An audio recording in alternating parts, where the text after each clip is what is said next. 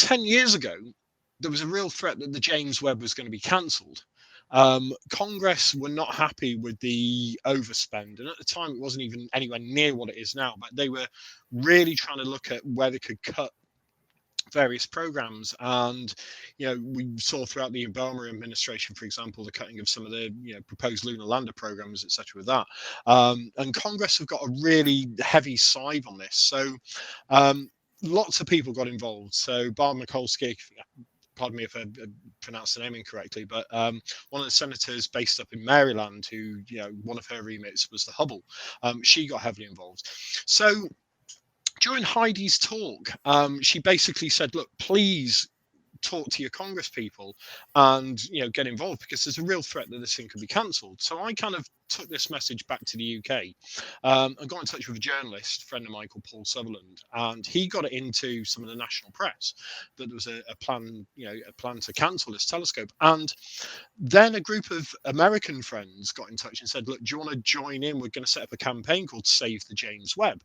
And it became this like group of about 8 or 10 of us got involved, and we pushed really hard. We pushed via all the social media channels at the time. It's nowhere near as busy as it is now, but via Facebook and Twitter in its infancy, etc., and really just pushing the message that write to your congressperson. And thousands of people did, and we got a thank you. We got a one. It was kind of saved.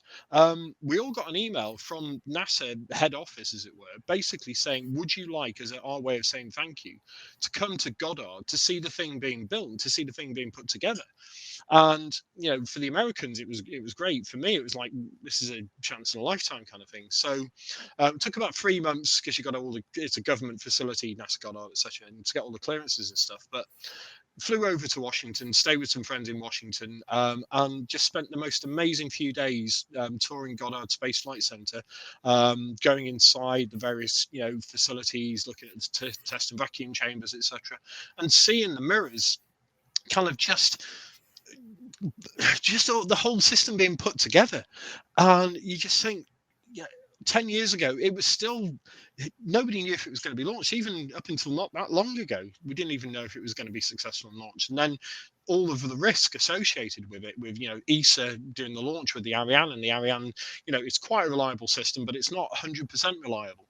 And getting off the ground, and then the fact that the James Webb could never be fully tested on the ground because it's too big. You always say it's a tennis court size sun shield. To integrate that with the main telescope array and the main mirror array and all of the instrumentation, it was actually impossible. There wasn't a vacuum chamber on the planet big enough to test it in its full configuration. So it had never been tested fully. And even up until a few days before launch, there were still issues where there were joists kind of not supporting things. It's a miracle.